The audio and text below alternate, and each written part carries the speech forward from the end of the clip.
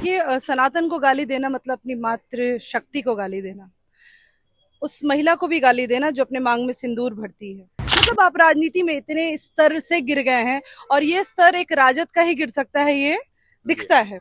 नीतीश कुमार जी, ऐसे लोगों का संगत छोड़िए और ऐसी जो शिक्षा मंत्री हैं, मुझे तो समझ नहीं आता है कि ये चंद्रशेखर जी को शिक्षा मंत्री बनाया किसने। तो कहते हैं ना कि विनाश काले विपरीत बुद्धि, तो चिंता मत कीजिए, आपका विनाश निश्चित है।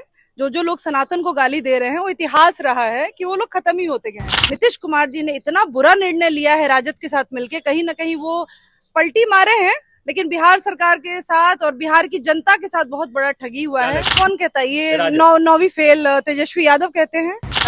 मंत्री अमित शाह जी का बेटा और लालू जी के बेटे से आप कैसे कंपेयर कर सकते हैं। तेजस्वी यादव जी की परवरिश दिखती है कि जब वो मुंह खोलते हैं ना तो उसी समय समझ आ जाता है कि वो क्या है। तेजस्वी यादव की हैसियत नहीं है, बिल्कुल नहीं है, बिल्कुल नहीं है। आई स्ट्रांगली से नहीं है उनके। आदमी को जहर पिला देना चाहिए जो रामचरितमानस पे उंगली उठाता है। भारतीय जनता पार्टी एक बड़े स्तर पर काम कर रही है और लगातार चुनाव जीतने का प्रयास भी कर रही है, लेकिन साथ साथ कुछ ऐसे बयानों में फंसी नजर आती है जब उनके विपक्षी ये कहते हैं कि सनातन कोई धर्म ही नहीं है, सनातन एक कीटाणु है, सांप है, बिच्छी है। हमारे साथ इस विषय पर बात करने के लिए रानी जी हैं। रानी जी, सबसे पहले बहुत बहुत स्वागत है आपका। धन्यवाद। कैसा लगता है जब सनातनों को गाली दिया जाता है? देखिए सनातन को गाली देना मतलब अपनी मातृ शक्ति को गाली देना, उस महिला को भी गाली देना जो अपने मांग में सिंदूर भरती है। आप टीके की बात करते हैं कि टीका लगाने वाले लोग ऐसे वैसे, I don't want to discuss about it, लेकिन कहीं ना कहीं ये दिखता है कि आपके सनातन धर्म के प्रति, मतलब आप राजनीति में इतने स्तर से गिर गए हैं और ये स्तर एक राजद का ही गिर सकता है, ये दिखता है। तो ये जो पॉलिटिशियंस होते हैं ना, तो पॉलिटिशियंस में एक लेवल होता है, तो उस लेवल से भी डाउन अगर कोई जाता है तो वो अपने धर्म को गाली देते हैं। तो कहते हैं ना कि विनाश काले विपरीत बुद्धि, तो चिंता मत कीजिए, आपका विनाश निश्चित है। जो जो लोग सनातन को गाली दे रहे हैं वो इतिहास रहा है कि वो लोग खत्म ही होते गए हैं।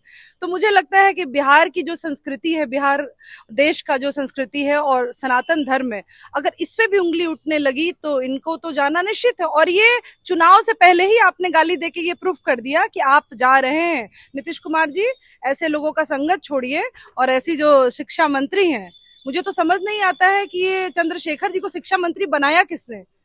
राजद में ही ऐसे शिक्षा मंत्री बन सकते हैं। स्वास्थ्य मंत्री भी दिख रहा है मुझे कि स्वास्थ्य की क्या हालत है अभी, कि आप रोड पे जाइए तो पता चलेगा कि ठेले से लेके लोग जा रहे हैं बॉडी को।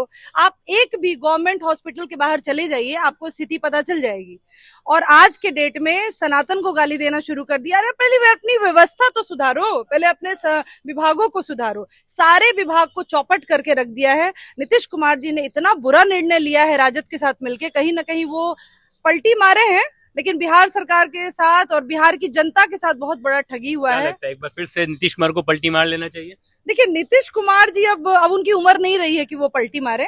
अब मुझे लगता है कि उनकी उम्र उस जगह आ गई है कि अब वो बैसाखी पकड़ लें, वो कुर्सियां संभाल लें। बिकॉज नीतीश कुमार जी तब तक तो ठीक थे जब तक एनडीए में थे, थोड़ा सुधरे हुए थे। थोड़ा कहते हैं ना कि आप जब अपग्रेड होते हो, जब आप एक अच्छे इंस्टीट्यूशंस में पढ़ते हो तो आप थोड़े से अपग्रेड होने लगते हो। तो नीतीश कुमार जी का वही था, जब वो हमारे साथ आए थे तो प्रधानमंत्री की अनेकों योजनाओं पर उन्होंने कार्यरत थे और कार्य किया भी, नो डाउट। मैंने भी प्रधानमंत्री की बहुत सारी योजनाओं पर काम किया है और काम अच्छा हुआ भी जब एनडीए का सरकार था। लेकिन अचानक से पलटी मारने का मतलब तो यही दिखता है ना कि नीतीश कुमार जी सिर्फ सत्ता के लिए और कुर्सी के लिए काम कर रहे हैं। बिहार की जनता से उनका कोई वास्ता नहीं है, मैं ये खुल के बोलती हूँ। और पूरा बिहार अब समझ चुका है, प्रधानमंत्री जी आ रहे हैं, 2024 की सरकार हमारी बनेगी, एनडीए की सरकार, और उसके बाद 25 तो हमारा लेकिन राजद कहता है कि आपकी जो सरकार बनने वाली है 2024 में, हालांकि वो बनेगी नहीं, लेकिन इस हाल में वही पुरानी कथा रची जाएगी जब 2014 में नरेंद्र मोदी ने लाल कृष्ण आडवाणी के साथ किया था, वही कुछ हाल नरेंद्र मोदी के साथ उनके कोई नेता करेंगे। ये कौन कहता है? ये नौवीं फेल तेजस्वी यादव कहते हैं। मुझे लगता है ये नौवीं फेल तेजस्वी यादव ही कह सकते हैं। इससे ज्यादा कोई, इनकी तो सोच ही एक लिमिटेशन है ना इनकी। I don't want to come with परवरिश एंड ऑल, बिकॉज मैं पर्सनल क्वेश्चंस पे नहीं जाती हूँ, लेकिन इनकी परवरिश सच में हुई है उस तरीके से ना कि चांदी के चम्मचों से इन्होंने खाया है। वो क्या जाने कि एक चाय वाले के बेटा का भी कल्पना किया जा सकता है कि प्रधानमंत्री ने ये प्रूफ किया, पूरे देश को दिखाया कि एक गरीब का भी बेटा प्रधानमंत्री और चीफ मिनिस्टर बन सकता है। तो ये और गृह मंत्री का बेटा बीसीसीआई का चीफ सेक्रेटरी। देखिए, उसकी अगर आप बात करें तो मैं आप अगर कंपैरिजन कर दें कि आप नहीं बोल रहे, ये राजद जस्ट कंपेयर, जो लोग बोल रहे हैं क्या वो अनुभवी हैं? क्या ये बोलने का राइट है? अमित शाह जी का बेटा, हमारे मंत्री अमित शाह जी का बेटा और लालू जी के बेटे से आप कैसे कंपेयर कर सकते हैं?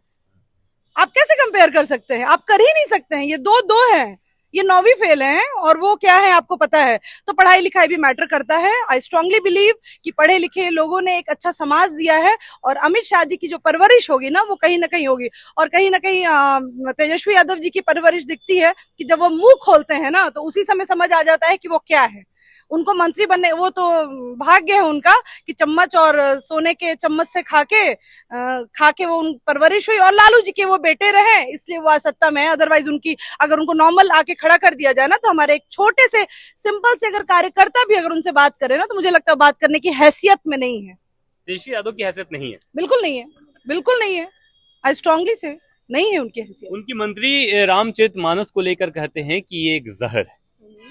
क्या ये उचित बयान था? कि उस आदमी को जहर पिला देना चाहिए जो रामचरितमानस पे उंगली उठाता है। ऐसे सत्ताधारियों को सत्ता से घसीट के निकालना चाहिए। मुझे नहीं लगता है कि ऐसे लोगों को बिहार में रहने का, और वो क्या शिक्षा देंगे? आप मुझे बताइए कि क्या शिक्षा में हमें नहीं बताया जाता है कि हम अपने धर्म को माने?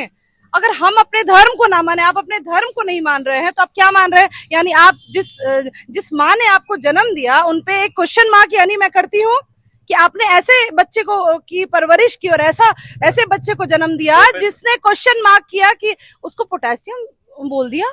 How can this possible? मंत्री जी उसके बाद चैलेंज भी करते हैं कि जिसे अगर मेरी बोली या मेरी वाणी से दिक्कत है या मेरे शब्दार्थ और अर्थ से दिक्कत है वो आकर के हमसे चैलेंज कर ले और मैं प्रूफ कर दूंगा। ये क्या बोलेंगे? इन्हें मिसगाइड करना है, इन्हें शिक्षा की नीतियों पे बात नहीं करना है। आप बताइए कि एक शिक्षा मंत्री क्या बात करता है? शिक्षा मंत्री बात करेगा नीतियों पे, शिक्षा मंत्री बात करेगा कि बच्चों का एजुकेशन कैसे ठीक किया जाए। आप बताइए कि पूरे बिहार में जितने सरकारी स्कूल हैं, आप तो आए दिन मीम्स एंड ऑल बनते रहते हैं, बहुत सारे वायरल होते हैं, बहुत सारे प्रिंसिपल्स सोए रहते हैं स्कूल में, तो उसके लिए आप औचक निरीक्षण क्यों नहीं करते हैं? पाठक आए ना उनके लिए। हाँ, मैं नहीं, नो कमेंट। ऐसे लोगों पे मुझे कमेंट नहीं करना है जो सनातन धर्म और इन चीजों पे बात करते हैं। रामचरितमानस वाले का तो चैलेंज एक्सेप्ट कीजिए आप लोग। किस चीज का चैलेंज एक्सेप्ट करें? मंत्री जी बोले हैं कि आइए क्या एक्सेप्ट करें? क्या आइए आकर के मैं श्लोक पढ़ूंगा, उसका माने बताऊंगा। अच्छा, माने बताएंगे तो आके हमारे भाजपा ऑफिस में बताएं। मोस्ट वेलकम, आ जाएं। हम इंतजार कर रहे हैं कि आप किससे जीत पाएंगे। हमारे प्रवक्ताओं से ही डिबेट करके देख लें कि कौन से श्लोक, जब आप श्लोक जानते हैं और जब श्लोक जानते हैं और जब धर्म को नहीं मानते तो क्या आपने आज तक पूजा किया है कि नहीं? मुझे ये बता दें आप, आज तक आपने उस धर्म को माना है कि नहीं माना है? तो आप किस धर्म के हैं? काइंडली टेल मी।